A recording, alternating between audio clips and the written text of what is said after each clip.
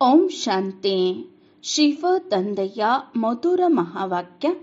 ಮುರುಳಿಯ ದಿನಾಂಕ 25/3/2024. ಪ್ರಾತಃ ಮುರುಳಿ ಬಾಪ್ತಾದ ಮಧುಬನ. ಮಧುರ ಮಕ್ಕಳೇ, ಅಂತರ್ಮುಖಿಗಳಾಗಿ ವಿಚಾರ ಸಾಗರ ಮಂಥನ ಮಾಡಿ. ಆಗ ಖುಷಿ ಮತ್ತು ನಶೆ ಇರುವುದು. ನೀವು ತಂದೆಯ ಸಮಾನ ಶಿಕ್ಷಕರಾಗಿ ಬಿಡುತ್ತೀರಿ.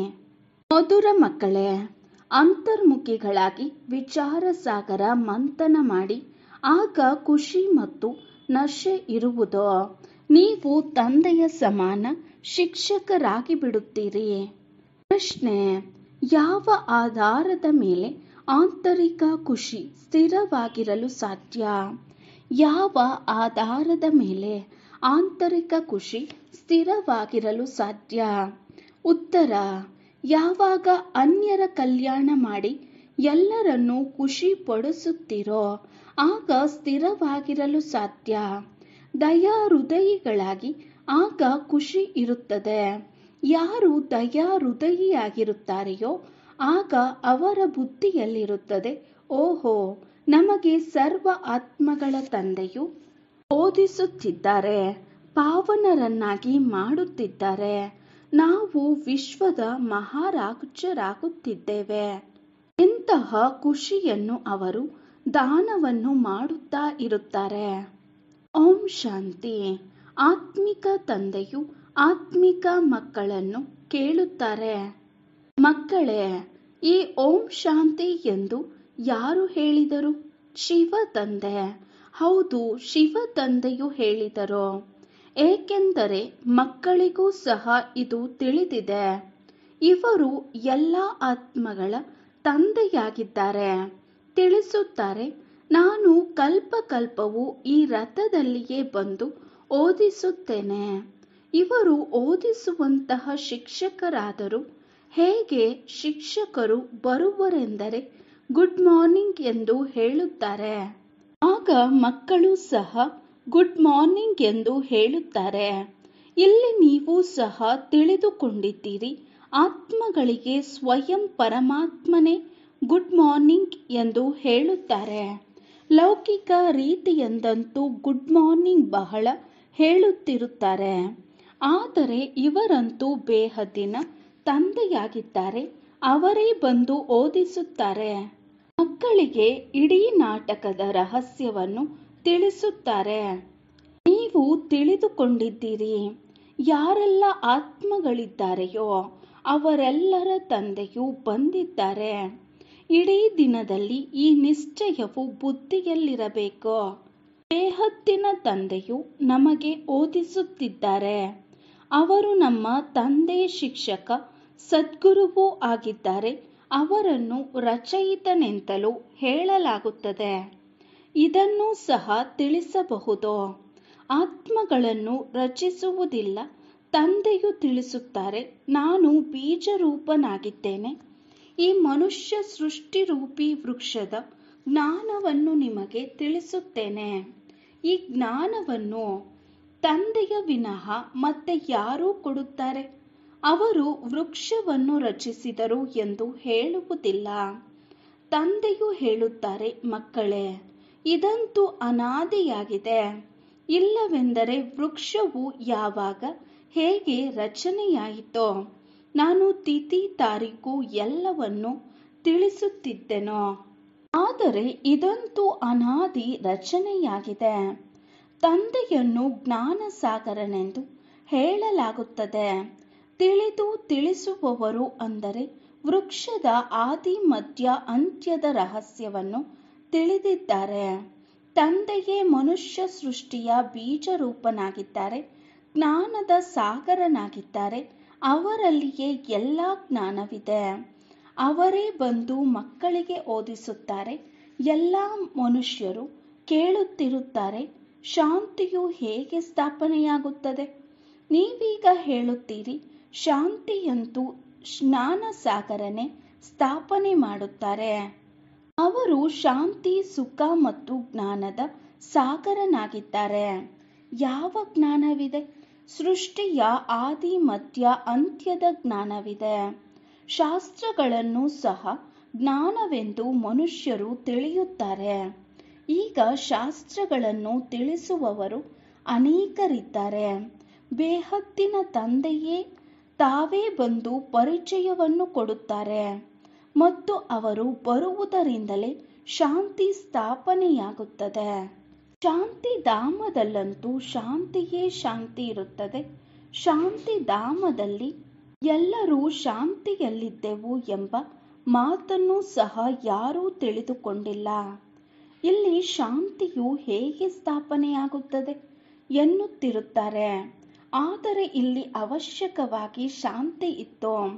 ರಾಮರಾಜ್ಯದ ಶಾಂತಿಯೂ ಬೇಕು. ಆ ರಾಮರಾಜ್ಯವು ಯಾವಾಗ ಇತ್ತು ಎಂದು ಯಾರಿಗೂ ತಿಳಿದಿಲ್ಲ. ತಂದೆಗೆ ತಿಳಿದಿದೆ. ಅನೇಕ ಆತ್ಮಗಳಿದ್ದಾರೆ. ನಾನು ಇವರೆಲ್ಲರ ತಂದೆಯಾಗಿದ್ದೇನೆ. ಹೀಗೆ ಮತ್ಯಾರೂ ಹೇಳಲು ಸಾಧ್ಯವಿಲ್ಲ. ಯಾರೆಲ್ಲ ಆತ್ಮಗಳು ಇದ್ದಾರೆಯೋ ಅವರು ಈ ಸಮಯದಲ್ಲಿ ಇಲ್ಲಿಯೇ ಇದ್ದಾರೆ. ಮೊದಲು ಶಾಂತಿಧಾಮದಲ್ಲಿ ಇದ್ದರು. ನಂತರ ಸುಖಧಾಮದಿಂದ ದುಃಖಧಾಮದಲ್ಲಿ ಬಂದಿದ್ದಾರೆ. ಈ ಸುಖ ದುಃಖದ ಆಟವು ಹೇಗೆ ಮಾಡಲ್ಪಟ್ಟಿದೆ ಎಂದು ಯಾರಿಗೂ ಗೊತ್ತಿಲ್ಲ. ಇದು ಆವಾಗಮನದ ಆಟವಾಗಿದೆ ಎಂದು ಹೇಳಿಬಿಡುತ್ತಾರೆ. ಆದರೆ ಈಗ ನೀವು ಮಕ್ಕಳ ಬುದ್ಧಿಯಲ್ಲಿ ಇದೆ. ಅವರು ನಾವೆಲ್ಲ ಆತ್ಮಗಳ ತಂದೆಯಾಗಿದ್ದಾರೆ. ನಮಗೆ ಜ್ಞಾನವನ್ನು ತಿಳಿಸುತ್ತಿದ್ದಾರೆ. ಅವರು ಬಂದು ಸ್ವರ್ಗದ ಸ್ಥಾಪನೆ ಮಾಡುತ್ತಾರೆ ಹಾಗೂ ನಮಗೆ ಓದಿಸುತ್ತಾರೆ. ತಂದೆಯು ತಿಳಿಸುತ್ತಾರೆ, ಮಕ್ಕಳೇ, ನೀವೇ ದೇವತೆಗಳಾಗಿದ್ದೀರಿ. ನಾನು ಎಲ್ಲ ಆತ್ಮಗಳ ತಂದೆ, ನಿಮಗೆ ಓದಿಸುತ್ತೇನೆ ಎಂಬ ಮಾತನ್ನು ಯಾರೂ ಹೇಳುವುದಿಲ್ಲ. ಇದು ಎಷ್ಟು ದೊಡ್ಡ ಬೇಹದ್ದಿನ ನಾಟಕವಾಗಿದೆ. ಅವರು ಲಕ್ಷಾಂತರ ವರ್ಷಗಳೆಂದು ಹೇಳಿಬಿಡುತ್ತಾರೆ. ಆದರೆ ಇದು 5000 ವರ್ಷಗಳ ಆಟವಾಗಿದೆ ಎಂದು ನೀವು ಹೇಳುತ್ತೀರಿ. ಈಗ ನಿಮಗೆ ಗೊತ್ತಿದೆ, ಶಾಂತಿ 2 ಪ್ರಕಾರದ್ದಾಗಿದೆ. ಒಂದು ಶಾಂತಿಧಾಮದ ಶಾಂತಿ, ಇನ್ನೊಂದು ಸುಖಧಾಮದ ಶಾಂತಿಯಾಗಿದೆ.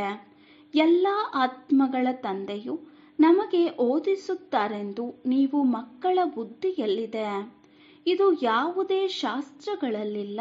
ಬೇಹದ್ದಿನ ತಂದೆಯಾಗಿದ್ದಾರಲ್ಲವೇ. ಎಲ್ಲ ಧರ್ಮದವರು ಅವರಿಗೆ ಅಲ್ಲಾ, ಗಾಡ್ ಫಾದರ್ ಇತ್ಯಾದಿಯಾಗಿ ಹೇಳುತ್ತಾರೆ. ಅವರ ವಿದ್ಯೆಯೂ ಸಹ ಅವಶ್ಯಕವಾಗಿ ಇಷ್ಟು ಶ್ರೇಷ್ಠವಾಗಿ ಇರುತ್ತದೆಯಲ್ಲವೇ. ಇದು ಇಡೀ ದಿನ ಬುದ್ಧಿಯಲ್ಲಿರಬೇಕು. ತಂದೆಯು ತಿಳಿಸುತ್ತಾರೆ, ನಾನು ನಿಮಗೆ ಹೊಸ ಮಾತುಗಳನ್ನು ತಿಳಿಸುತ್ತೇನೆ, ಹೊಸ ಪದ್ಧತಿಯಿಂದ ಓದಿಸುತ್ತೇನೆ. ನೀವು ಮತ್ತೆ ಅನ್ಯರಿಗೆ ಓದಿಸುತ್ತೀರಿ. ಭಕ್ತಿ ಮಾರ್ಗದಲ್ಲಿ ದೇವಿಯರಿಗೂ ಬಹಳ ಮಹಿಮೆ ಇದೆ. ವಾಸ್ತವದಲ್ಲಿ ಈ ಬ್ರಹ್ಮಾರವರು ಸಹ ದೊಡ್ಡ ತಾಯಿಯಾಗಿದ್ದಾರೆ. ಶಿವ ತಂದೆಯು ಕೇವಲ ತಂದೆ ಎಂದು ಹೇಳುತ್ತಾರೆ. ಇಬ್ಬರನ್ನೂ ಸೇರಿಸಿ ಮಾತಾಪಿತಾ ಎಂದು ಹೇಳುತ್ತಾರೆ. ಈ ತಾಯಿಯ ಮೂಲಕ ತಂದೆಯು ನಿಮ್ಮನ್ನು ದತ್ತು ಮಾಡಿಕೊಂಡು ಮಕ್ಕಳೇ ಮಕ್ಕಳೇ ಎಂದು ಹೇಳುತ್ತಾರೆ. ತಂದೆಯು ತಿಳಿಸುತ್ತಾರೆ, ನಾನು ಪ್ರತಿ 5000 ವರ್ಷಗಳ ನಂತರ ನಿಮಗೆ ಈ ಜ್ಞಾನವನ್ನು ತಿಳಿಸುತ್ತೇನೆ. ಈ ಚಕ್ರವು ನಿಮ್ಮ ಬುದ್ಧಿಯಲ್ಲಿದೆ. ನೀವು ಒಂದೊಂದು ಶಬ್ದವನ್ನು ಹೊಸದಾಗಿ ಕೇಳುತ್ತೀರಿ. ಜ್ಞಾನ ಸಾಗರ ತಂದೆಯದು ಆತ್ಮಿಕ ಜ್ಞಾನವಾಗಿದೆ. ಪರಮ ಆತ್ಮನಾದ ತಂದೆಯೇ ಜ್ಞಾನ ಸಾಗರನಾಗಿದ್ದಾರೆ. ಆತ್ಮವು ಬಾಬಾ ಎಂದು ಹೇಳುತ್ತದೆ. ಮಕ್ಕಳು ಸಹ ಎಲ್ಲ ಮಾತುಗಳನ್ನು ಚೆನ್ನಾಗಿ ಬುದ್ಧಿಯಲ್ಲಿ ಧಾರಣೆ ಮಾಡುತ್ತೀರಿ. ಯಾವಾಗ ಅಂತರ್ಮುಖಿಯಾಗಿ ಹೀಗೆ ವಿಚಾರ ಸಾಗರ ಮಂಥನ ಮಾಡುತ್ತೀರಿ, ಆಗ ಆ ಖುಷಿ ಮತ್ತು ನಶೆ ಇರುತ್ತದೆ. ಹಿರಿಯ ಶಿಕ್ಷಕರಂತೂ ಶಿವ ತಂದೆಯಾಗಿದ್ದಾರೆ. ಅವರು ಮತ್ತೆ ನಿಮ್ಮನ್ನು ಶಿಕ್ಷಕರನ್ನಾಗಿ ಮಾಡುತ್ತಾರೆ. ಶಿಕ್ಷಕರಲ್ಲಿಯೂ ನಂಬರ್ ವಾರ್ ಇದ್ದಾರೆ. ತಂದೆಗೆ ಗೊತ್ತಿದೆ, ಇಂತಿಂತಹ ಮಕ್ಕಳು ಬಹಳ ಚೆನ್ನಾಗಿ ಓದಿಸುತ್ತಾರೆ. ಆದ್ದರಿಂದ ಎಲ್ಲರೂ ಖುಷಿಯಾಗಿ ಹೇಳುತ್ತಾರೆ, ನಿಮ್ಮನ್ನು ಈ ರೀತಿ ಯಾರು ಮಾಡಿದರು? ಅವರ ಬಳಿ ನಮ್ಮನ್ನು ಸಹ ಬೇಗನೆ ಕರೆದುಕೊಂಡು ಹೋಗಿ. ತಂದೆಯು ತಿಳಿಸುತ್ತಾರೆ, ನಾನು ಇವರ ಅನೇಕ ಜನ್ಮಗಳ ಅಂತಿಮ ಜನ್ಮದಲ್ಲಿಯೂ ಅಂತಿಮದಲ್ಲಿ ಇವರಲ್ಲಿ ಪ್ರವೇಶ ಮಾಡಿ ನಿಮಗೆ ಓದಿಸುತ್ತೇನೆ. ಕಲ್ಪ ಕಲ್ಪವೂ ನಾನು ಅನೇಕ ಬಾರಿ ಈ ಭಾರತದಲ್ಲಿ ಬಂದಿರುತ್ತೇನೆ. ಈ ಮಾತುಗಳನ್ನು ಕೇಳಿ ನೀವು ಆಶ್ಚರ್ಯಚಕಿತರಾಗುತ್ತೀರಿ. ಬೇಹದ್ದಿನ ತಂದೆಯೂ ನಮಗೆ ಓದಿಸುತ್ತಾರೆ. ಅವರಿಗೆ ಭಕ್ತಿ ಮಾರ್ಗದಲ್ಲಿ ಎಷ್ಟೊಂದು ಹೆಸರುಗಳಿವೆ. ಕೆಲವರು ಪರಮಾತ್ಮ, ಇನ್ನೂ ಕೆಲವರು ರಾಮ, ಪ್ರಭು, ಅಲ್ಲ, ಗಾಡ್ ಎಂದು ಹೇಳುತ್ತಾರೆ. ಒಬ್ಬರೇ ಶಿಕ್ಷಕನಿಗೆ ಎಷ್ಟೊಂದು ಹೆಸರುಗಳನ್ನಿಟ್ಟಿದ್ದಾರೆ. ಶಿಕ್ಷಕರಿಗಂತೂ ಒಂದೇ ಹೆಸರಿರುತ್ತದೆ, ಅನೇಕ ಹೆಸರುಗಳಿರುತ್ತದೆಯೇ? ಎಷ್ಟೊಂದು ಭಾಷೆಗಳಿವೆ ಅಂದಾಗ ಕೆಲವರು ಖುದಾ, ಕೆಲವರು ಗಾಡ್, ಅನೇಕರು ಅನೇಕ ರೀತಿಯಲ್ಲಿ ಹೇಳುತ್ತಾರೆ. ತಂದೆಯು ತಿಳಿಸುತ್ತಾರೆ, ನಾನು ಮಕ್ಕಳಿಗೆ ಓದಿಸಲು ಬಂದಿದ್ದೇನೆ. ಓದಿ ಯಾವಾಗ ದೇವತೆಯಾಗುತ್ತೀರೋ ಆಗ ವಿನಾಶ ಆಗಿಬಿಡುವುದು. ಈಗಂತೂ ಹಳೆಯ ಪ್ರಪಂಚವಾಗಿದೆ, ಅದನ್ನು ಹೊಸದನ್ನಾಗಿ ಯಾರು ಮಾಡುವುದು? ತಂದೆಯು ತಿಳಿಸುತ್ತಾರೆ, ಇದು ನನ್ನದೇ ಪಾತ್ರವಾಗಿದೆ. ನಾನು ನಾಟಕದ ವಶವಾಗಿದ್ದೇನೆ. ಅರ್ಧ ಕಲ್ಪ ಹಿಡಿಸುತ್ತದೆ. ಈಗ ಮತ್ತೆ ತಂದೆಯು ಬಂದಿದ್ದಾರೆ. ನಮಗೆ ಓದಿಸುವವರೂ ಸಹ ಅವರೇ ಆಗಿದ್ದಾರೆ. ಶಾಂತಿ ಸ್ಥಾಪನೆ ಮಾಡುವವರೂ ಆಗಿದ್ದಾರೆ. ಯಾವಾಗ ಈ ಲಕ್ಷ್ಮೀನಾರಾಯಣರ ರಾಜ್ಯವಿತ್ತೋ ಆಗ ಶಾಂತಿ ಇತ್ತು. ಇಲ್ಲಿ ಅಶಾಂತಿ ಇದೆ. ತಂದೆಯು ಒಬ್ಬರೇ ಆಗಿದ್ದಾರೆ, ಆತ್ಮಗಳು ಅನೇಕರಿದ್ದಾರೆ. ಇದು ಎಷ್ಟೊಂದು ವಿಚಿತ್ರವಾದ ಮತವಾಗಿದೆ. ತಂದೆಯು ಎಲ್ಲ ಆತ್ಮಗಳ ತಂದೆಯಾಗಿದ್ದಾರೆ. ಅವರೇ ನಮಗೆ ಓದಿಸುತ್ತಿದ್ದಾರೆ. ಅಂದ ಮೇಲೆ ಎಷ್ಟೊಂದು ಖುಷಿ ಇರಬೇಕು. ನೀವು ತಿಳಿಯುತ್ತೀರಿ, ನಾವೇ ಗೋಪಿಕೆಯರಾಗಿದ್ದೇವೆ ಮತ್ತು ತಂದೆಯು ಗೋಪಿ ವಲ್ಲಭನಾಗಿದ್ದಾರೆ. ಕೇವಲ ಆತ್ಮಗಳಿಗೆ ಗೋಪಿಕೆಯರೆಂದು ಹೇಳುವುದಿಲ್ಲ. ಶರೀರವಿದೆ, ಆದ್ದರಿಂದಲೇ ಗೋಪಿಕೆಯರು ಅಥವಾ ಸಹೋದರ ಸಹೋದರಿಯರೆಂದು ಹೇಳಲಾಗುತ್ತದೆ. ಗೋಪಿ ವಲ್ಲಭ ಶಿವ ತಂದೆಯ ಮಕ್ಕಳಾಗಿದ್ದೇವೆ. ಗೋಪಿಕೆಯರೆಂಬ ಶಬ್ದವೇ ಮಧುರವಾಗಿದೆ. ಗಾಯನವಿದೆ, ಅಚ್ಯುತಂ ಕೇಶವಂ ಗೋಪಿ ವಲ್ಲಭಂ ಜಾನಕಿನಾಥಂ. ಈ ಮಹಿಮೆಯು ಈ ಸಮಯದ್ದಾಗಿದೆ. ಆದರೆ ಇದನ್ನು ಅರಿಯದಿರುವ ಕಾರಣ ಎಲ್ಲ ಮಾತುಗಳನ್ನು ಬೆಲ್ಲಕ್ಕೆ ಗೊತ್ತು, ಬೆಲ್ಲದ ಚೀಲಕ್ಕೆ ಗೊತ್ತು ಎನ್ನುವಂತೆ ಮಾಡಿಬಿಟ್ಟಿದ್ದಾರೆ. ತಂದೆಯೂ ಕುಳಿತು ವಿಶ್ವದ ಇತಿಹಾಸ ಭೂಗೋಳವನ್ನು ತಿಳಿಸುತ್ತಾರೆ. ಮನುಷ್ಯರು ಕೇವಲ ಈ ಖಂಡಗಳ ಬಗ್ಗೆ ತಿಳಿದಿದ್ದಾರೆ. ಸತ್ಯಯುಗದಲ್ಲಿ ಯಾರ ರಾಜ್ಯವಿತ್ತೋ, ಎಷ್ಟು ಸಮಯ ನಡೆಯಿತು ಎಂಬುದನ್ನು ತಿಳಿದುಕೊಂಡಿಲ್ಲ. ಏಕೆಂದರೆ ಕಲ್ಪದ ಆಯಸ್ಸನ್ನು ಲಕ್ಷಾಂತರ ವರ್ಷಗಳೆಂದು ಹೇಳಿಬಿಟ್ಟಿದ್ದಾರೆ. ಘೋರ ಅಂಧಕಾರದಲ್ಲಿದ್ದಾರೆ. ಈಗ ತಂದೆಯು ಬಂದು ನಿಮಗೆ ಸೃಷ್ಟಿ ಚಕ್ರದ ಜ್ಞಾನವನ್ನು ತಿಳಿಸುತ್ತಾರೆ. ಇದನ್ನು ತಿಳಿಯುವುದರಿಂದ ನೀವು ತ್ರಿಕಾಲದರ್ಶಿ, ತ್ರಿನೇತ್ರಿಗಳಾಗಿ ಬಿಡುತ್ತೀರಿ. ಇದು ವಿದ್ಯೆಯಾಗಿದೆ. ಸ್ವಯಂ ತಂದೆಯೇ ತಿಳಿಸುತ್ತಾರೆ, ನಾನು ಕಲ್ಪವೂ ಕಲ್ಪದ ಸಂಗಮ ಯುಗದಲ್ಲಿ ಬಂದು ನಿಮ್ಮನ್ನು ಪುರುಷೋತ್ತಮರನ್ನಾಗಿ ಮಾಡುತ್ತೇನೆ. ನಂಬರ್ ವಾರ್ ನೀವೇ ಆಗುತ್ತೀರಿ. ವಿದ್ಯೆಯಿಂದಲೇ ಪದವಿ ಸಿಗುತ್ತದೆ. ಬೇಹದ್ದಿನ ತಂದೆಯೇ ಓದಿಸುತ್ತಾರೆ ಎಂದು ನಿಮಗೆ ಗೊತ್ತಿದೆ. ಪರಮಾತ್ಮನು ನಾಮರೂಪದಿಂದ ಭಿನ್ನವಾಗಿದ್ದಾರೆ. ಕಲ್ಲು ಮುಳ್ಳಿನಲ್ಲಿದ್ದಾರೆ ಎಂದು ಮನುಷ್ಯರು ಹೇಳಿಬಿಡುತ್ತಾರೆ. ಏನೇನನ್ನೋ ಹೇಳುತ್ತಿರುತ್ತಾರೆ. ದೇವಿಯರಿಗೂ ಸಹ ಎಷ್ಟೊಂದು ಭುಜಗಳನ್ನು ತೋರಿಸಿದ್ದಾರೆ. ರಾವಣನಿಗೆ 10 ತಲೆಗಳನ್ನು ತೋರಿಸುತ್ತಾರೆ ಅಂದಾಗ ಮಕ್ಕಳಿಗೆ ಹೃದಯದಲ್ಲಿ ಬರಬೇಕು. ಎಲ್ಲ ಆತ್ಮಗಳ ತಂದೆಯು ನಮಗೆ ಓದಿಸುತ್ತಾರೆ, ಪಾವನರನ್ನಾಗಿ ಮಾಡುತ್ತಾರೆ ಅಂದ ಮೇಲೆ ಆಂತರಿಕವಾಗಿ ಎಷ್ಟೊಂದು ಖುಷಿ ಇರಬೇಕು. ಆದರೆ ಆ ಖುಷಿಯು ಯಾವಾಗ ನೀವು ಅನ್ಯರ ಕಲ್ಯಾಣ ಮಾಡಿ ಎಲ್ಲರನ್ನೂ ಖುಷಿ ಪಡಿಸುತ್ತೀರೋ, ದಯಾ ಹೃದಯಿಗಳಾಗುತ್ತೀರೋ, ಆಗ ಆ ಖುಷಿ ಇರುತ್ತದೆ. ಓಹೋ, ಬಾಬಾ ನಮ್ಮನ್ನು ವಿಶ್ವದ ಮಹಾರಾಜರನ್ನಾಗಿ ಮಾಡುತ್ತೀರಿ. ರಾಜ, ರಾಣಿ, ಪ್ರಜೆ ಎಲ್ಲರೂ ವಿಶ್ವದ ಮಾಲೀಕರಾಗುತ್ತಾರಲ್ಲವೇ? ಅಲ್ಲಿ ಮಂತ್ರಿಗಳಿರುವುದಿಲ್ಲ. ಈಗ ರಾಜರಿಲ್ಲದ ಕಾರಣ ಎಲ್ಲದಕ್ಕೂ ಮಂತ್ರಿಗಳೇ ಇದ್ದಾರೆ.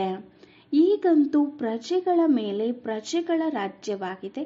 ಅಂದ ಮೇಲೆ ಇದು ಬುದ್ಧಿಯಲ್ಲಿ ಬರಬೇಕು. ಬೇಹದ್ದಿನ ತಂದೆಯು ನಮಗೆ ಏನನ್ನು ಓದಿಸುತ್ತಾರೆ? ಯಾರು ಚೆನ್ನಾಗಿ ಓದುವರೋ ಅವರೇ ಮೊದಲು ಬರುತ್ತಾರೆ ಮತ್ತು ಶ್ರೇಷ್ಠ ಪದವಿಯನ್ನು ಪಡೆಯುತ್ತಾರೆ. ಈ ಲಕ್ಷ್ಮೀನಾರಾಯಣರು ಇಷ್ಟೊಂದು ಸಾಹುಕಾರರು ಹೇಗಾದರೋ? ಏನು ಮಾಡಿದರೋ? ಭಕ್ತಿ ಮಾರ್ಗದಲ್ಲಿ ಯಾರಾದರೂ ಬಹಳ ಸಾಹುಕಾರರಾದರೆ ಇವರು ಇಂತಹ ಶ್ರೇಷ್ಠ ಕರ್ಮ ಮಾಡಿದ್ದಾರೆಂದು ತಿಳಿಯುತ್ತಾರೆ.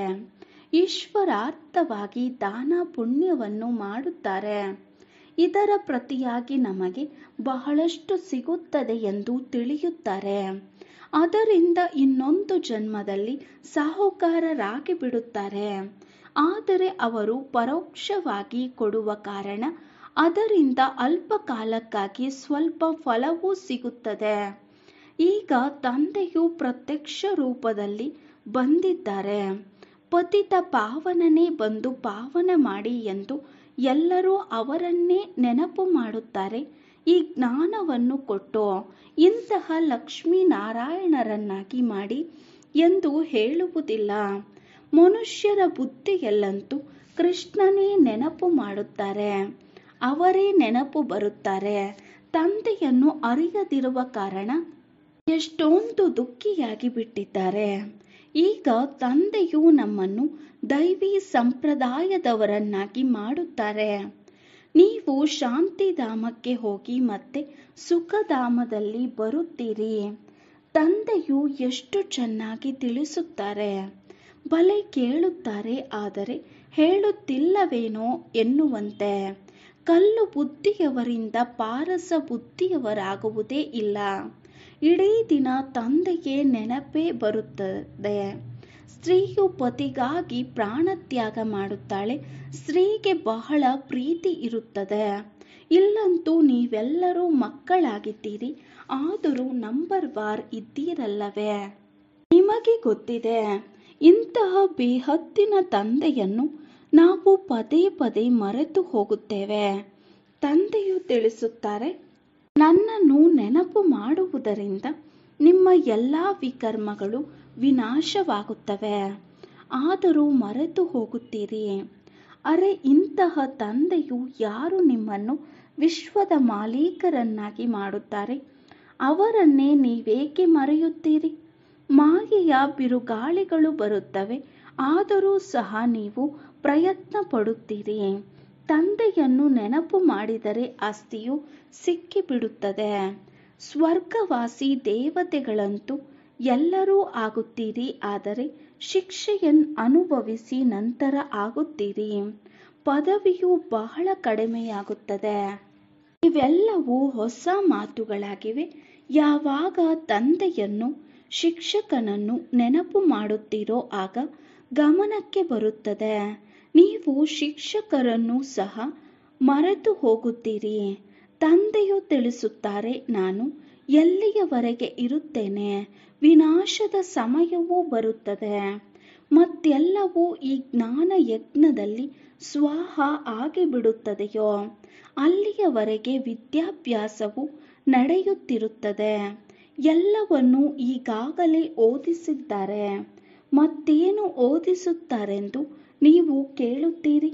ಅದಕ್ಕೆ ತಂದೆಯು ತಿಳಿಸುತ್ತಾರೆ, ಮಕ್ಕಳೇ, ಹೊಸ ಹೊಸ ವಿಚಾರಗಳು ಬರುತ್ತಿರುತ್ತವೆ. ಅದನ್ನು ಕೇಳಿ ನೀವು ಖುಷಿಯಾಗುತ್ತೀರಲ್ಲವೇ?